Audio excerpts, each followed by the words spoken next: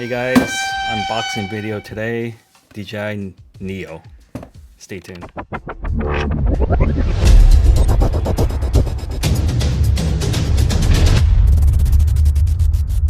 Okay, let's check what's on the box. Let's see, we have the weight quite light, about half, no, a little bit more than half of a mini. And then we have palm takeoff, all the stuff, 4K ultra stabilized video. Yeah, okay.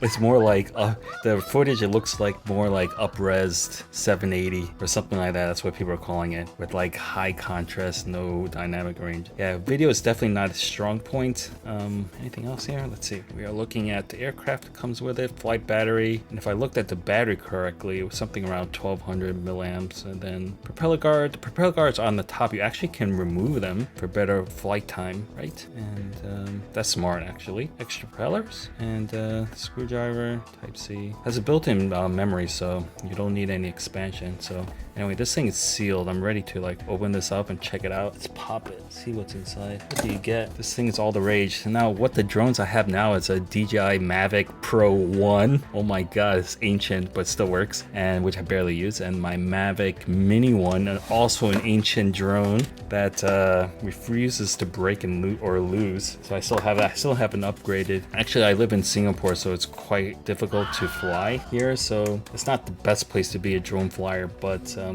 had a trip in China and had some great footage. The Mavic Mini 1 unbelievably performed well there despite high altitude, over 3,000 meters. Let's see. Okay, spare blades in this box, screwdriver for the props, and I guess we'll never see the snap-on propellers anymore. We have a Type C to Type C connector, very modern. It's what you expect nowadays, and I'm glad that iPhones are switching to Type C. Long overdue. Thank you, EU. Let's see, just nobody looks at this stuff. What is this, like warranty stuff? Garbage, and sticker. Yay, sticker to put on your laptop. But yeah, this drone is kind of cool because it's cheap, and I would say that it's definitely something to compete. Oops, just lost my stuff. Something to compete with the Hover Air. So DJI just decided that they're going to not let anyone have any section of the market. They see Hover Air as a little I guess they're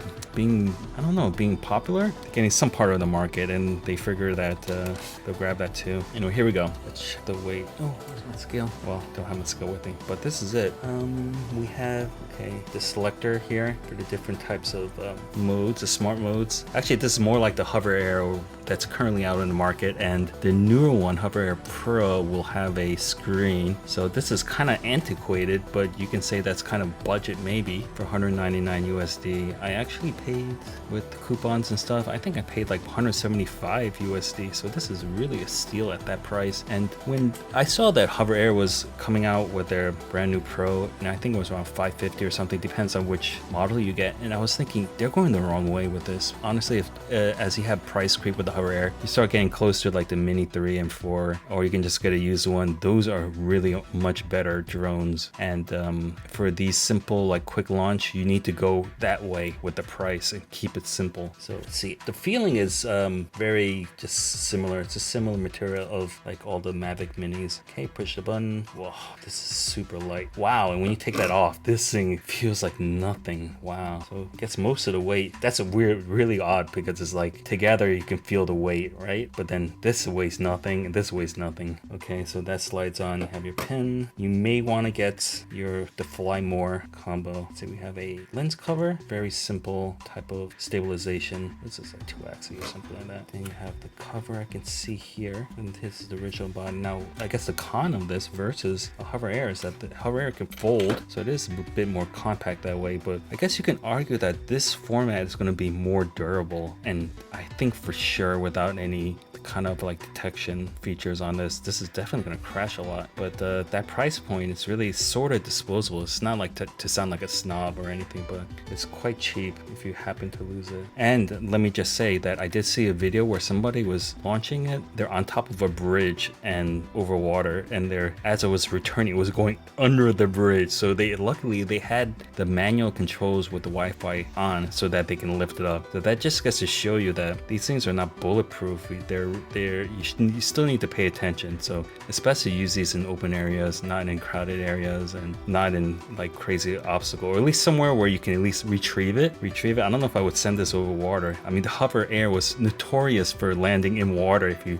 did a droning over a cliff or outside to water. So that's the limitation. So these definitely are using GPS. So this sort of has the mental lock in your head where this thing is owned by DJI, because if they do a software update, they can just basically ground this drone if they wanted to. Not like the Hover Air, which is kind of like a rogue DIY style with no GPS. But the advantage of that is that you're less likely to lose it, right? So that's the advantage of having a DJI. Even with the FPV and everything like that, they really try to take the risk out as much as possible to make it very user friendly. Okay, so we got the sensors, small props. Okay, so anyway, that's what's included. It's just very basic and simple. Just for the first time buyers, I would just say you're probably thinking whether you're going to get the regular basic one or if you're going to get the Flymore Combo, and I think it's quite simple.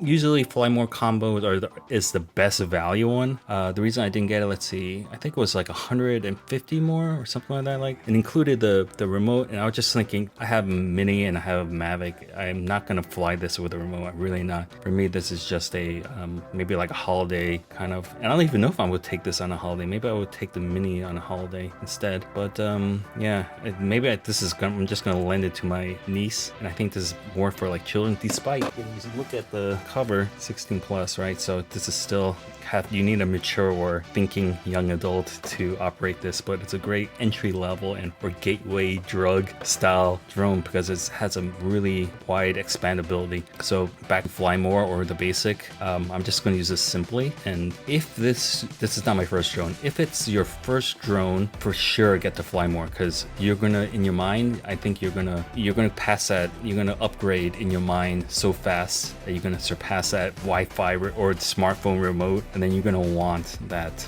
control, the extra detail of having a manual control in your hand. So definitely, if this is your first drone, definitely go for that. Or if you have any unlimited money, or another way to look at it is maybe I guess for me, if it just came with extra batteries, I definitely wouldn't went with the Flymore. I just didn't want the extra remote. I know I'm not gonna use it. It's quite big. That remote, it's the same size of this, so in my mind it defeats the purpose of this thing. So yeah, that's it. This is an unboxing, and you can ask some questions. I can check it out, what I can try to answer, I guess. But I probably will just start with simple indoor tests, maybe test the runtime, start with the runtime with and without these propeller guards, and see how long it actually can hover and what it does when it runs out of power. It probably just lands onto wherever. Okay, that's it. Thanks for watching, and you can subscribe if you are looking for more questions or answers for this particular drone. Good job, DJI. I think despite the camera quality being iffy, it's quite low.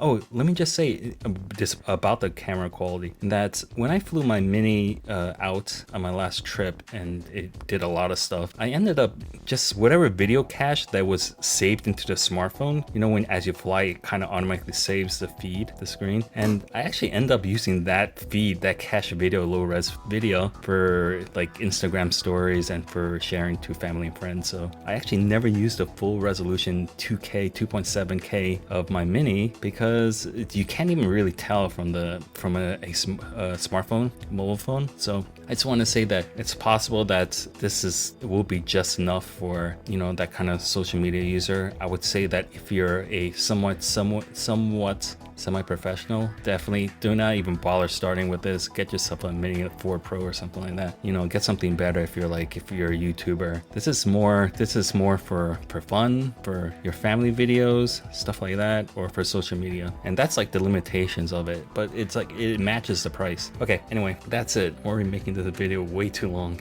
See you next time. Okay, one more thing.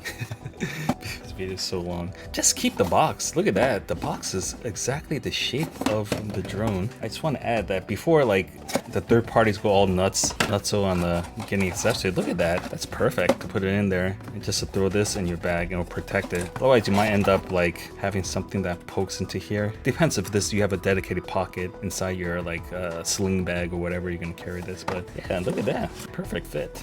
All right.